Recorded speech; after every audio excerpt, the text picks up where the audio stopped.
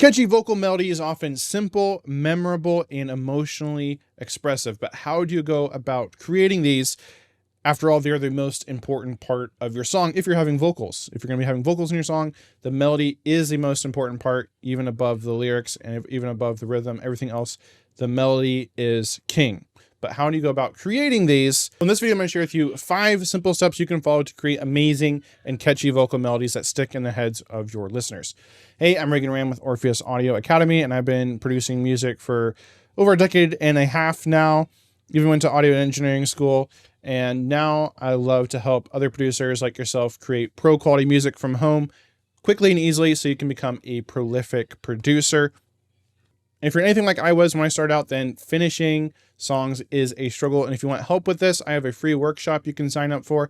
I'll have a link to that in the description below. But it's my Finish Tracks Fast workshop. And I walk you through a proven step-by-step system for how you can not only create amazing pro quality music from home using the gear and plugins you already have, but also share with you how you can actually get over the finish line, actually finish your music, and actually be someone who can quickly and easily create amazing music and be a prolific producer. So if that sounds good to you, definitely sign up for this. I'll also send you some goodies to your email when you sign up, like some checklists, cheat sheets, samples, presets, and more. So definitely grab this resource.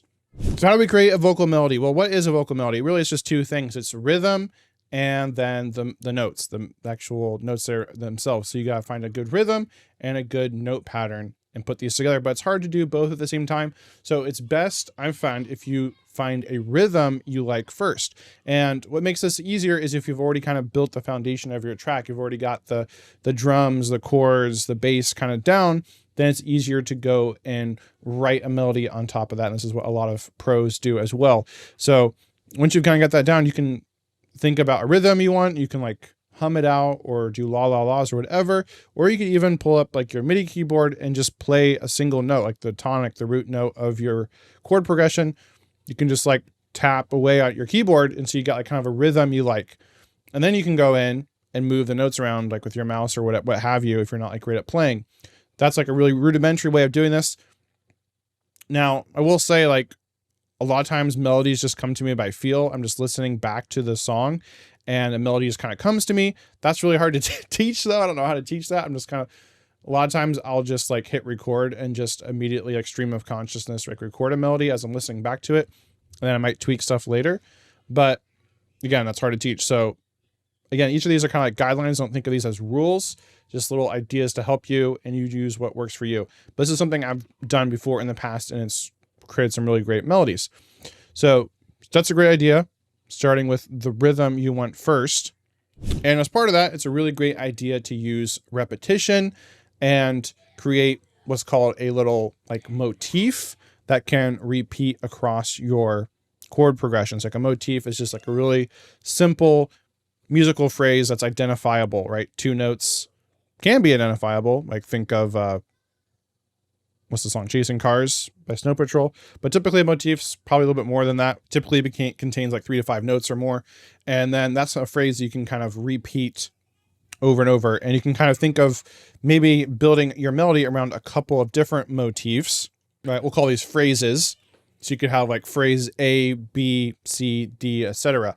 And you don't even have to have that many. You could have just A and B. And then you just arrange these differently. So for example, if we're 4 bars, right, here's 4 bars right here. We got a melody here.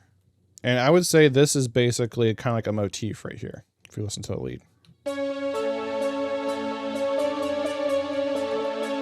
We'll say it's A. We've got A. And it's basically the same again. A, but 1 note changes. Same thing here. And same thing again, but the end is the same as this. So this is maybe not a great example because this is almost just A, which you can do that as well, but I'm just changing up the end of these specific motifs. So, right, we could even call this a whole thing right here because this repeats. We can even call this a whole phrase. So this could be A, and then the whole melody changes up here, and it's kind of the same thing. Here and here's the same, just the endings are different, but these are exact copies. So it's kind of like A, B, B, So these are kind of like longer motifs for the melody that stretch over 16 bars. Hopefully that makes sense. But we got some repetition going on there. And so that's kind of tip number 2, is to use a lot of repetition in your melodies. That's going to actually make them catchier. So the trick is to have enough repetition that's catchy, but not too much repetition that it gets annoying or boring. Where's the line? You just kind of know it when you hear it. But a great rule of thumb is the rule of 2, I guess you could call it, where basically you don't want to repeat anything more than 2 times. 1's not enough. 2 is great. Once you're repeating something 3 times, it can tend to be kind of stale.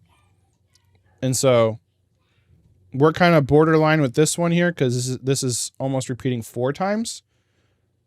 We do keep it a little bit fresher with the endings, a little bit different. And so if you're going to do that, you might want to add some like harmonies or other stuff to keep it fresh and interesting.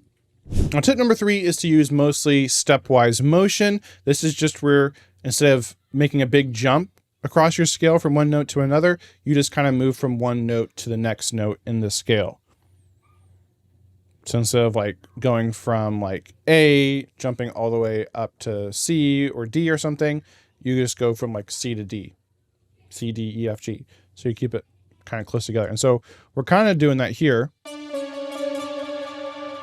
We do have some jumps down, more so keeping things fairly close together here at this melody. Tip number 4 is to have a strong like hook note, or anchor as I call it, where you kind of build the melody around one note and stuff kind of like bounces around it.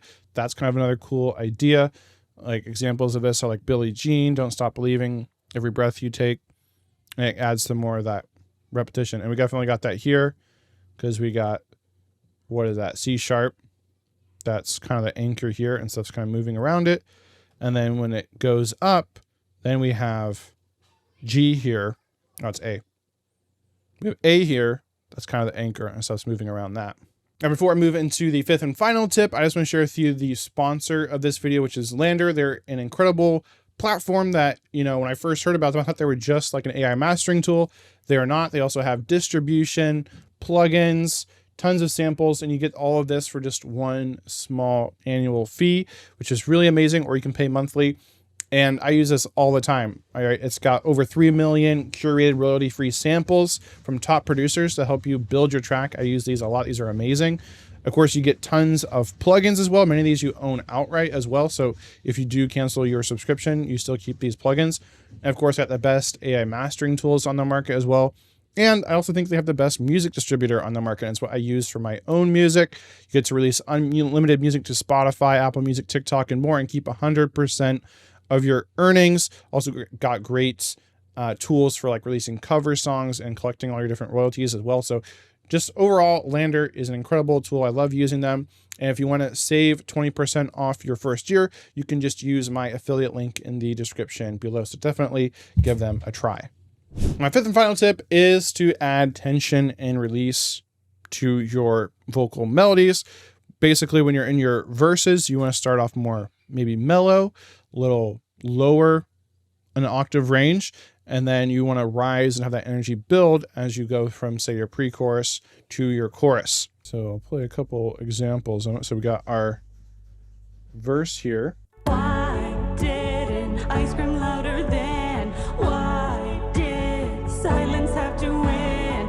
Why did no one pick up on the signs? Why did no one read my 1,000-yard eyes? I blew bubbles in the summer grass, tiny ghosts popping right past. Why did no one help me out then? Why did they just roll on again? Little bloods, they rigged up game, and nothing after season.